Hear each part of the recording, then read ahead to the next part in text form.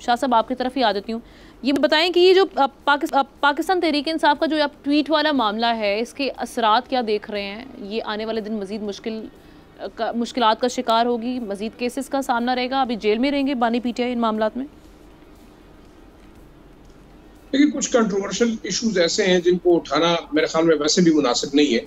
और जब इतने सेंसिटिव सूरत हाल के अंदर आप हैं, आपकी पार्टी ऑलमोस्ट डिसफंक्शनल हो चुकी है और आपकी लीडरशिप, फर्स्ट ईयर लीडरशिप तकरीबन ऑलमोस्ट वो हम कह सकते हैं कि वो इन हाइडिंग है, कुछ आपकी जेल के अंदर है, तो मेरे ख्याल में इस किस्म के एक्सपेरिमेंट से जो है वो गुरेज करना चाहिए। मेरी जाती राय है, वो चाहे वो खान साहब हो या कोई और शख्स हो या किसी भी पॉलिटिकल पार्टी का, क्योंकि जितनी भी सियासी जमातें हैं, जब इनको आप इक़्तिदार से अलहदा करते हैं तो वो जाके अदालतों के ऊपर भी चढ़ जाते हैं, जजेस के ऊपर भी चढ़ाई करते हैं, वो फिर मुक्के भी लहराते हैं, फिर ईंट से ईंट भी बजाते हैं, सारे काम करते हैं।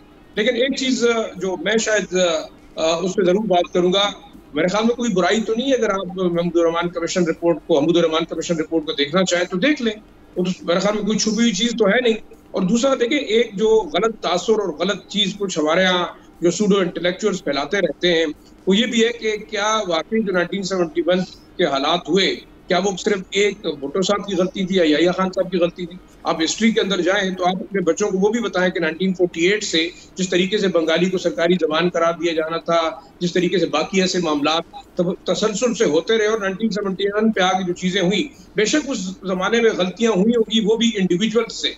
मैं बार बार एक ही बात उस वक्त भी कर रहा था कि बिल्कुल आप अपने तरफ से एक ठीक डिसीजन करते हैं, वो गलत साबित हो सकता है, चाहे वो एस्टेब्लिशमेंट का था, चाहे वो किसी सियासी जमात का था या एक बड़े सियासी लीडर का था। गलतियां हुई और गलतियों का खमियाजा हमने भुगता है। तो मेरे ख्याल में उस पर एक एकेडमिक डिबेट जरूर होनी चाहिए, उसमें कोई ऐसी बुराई वाली बात नहीं है।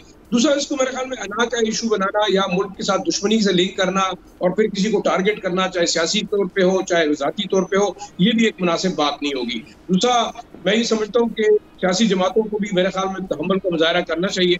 जरूरी नहीं है कि आप मुल्की सियासत के अंदर, पार्लिमानी सियासत के अंदर काम कर रहे हैं, तो हमारे सामने मिसाल है पीपल्स पार्टी की, वो इक़्तिदार से बाहर भी रहे, इक़्तिदार से अंदर भी रहे, लेकिन बड़ा एक टेक्निकली कह सकें उन्होंने एक ऐसे तरीके से सियासत की को हम इतने एक्सट्रीम तक नहीं गए थे। तो जरदारी साहब की कुछ स्टेटमेंट थी, बेनजीर भुट्टो साहिबा की भी कुछ स्टेटमेंट थी इस्टेब्लिशमेंट के हवाले से, लेकिन जो कुछ फिर पीएमएलएन ने किया, बिल्कुल इस वक्त तहरीक इंसाफ कर रही है, इनटॉलरेबल बिहेवियर जो है वो आपको मजीद मुश्किलात की तरफ डालेगा और कॉन्फ्लिक्ट पैदा करेगा तमाम इंस्टीट्यूशंस के अंदर। इसको मेरे ख्याल में अवॉइड करना चाहिए।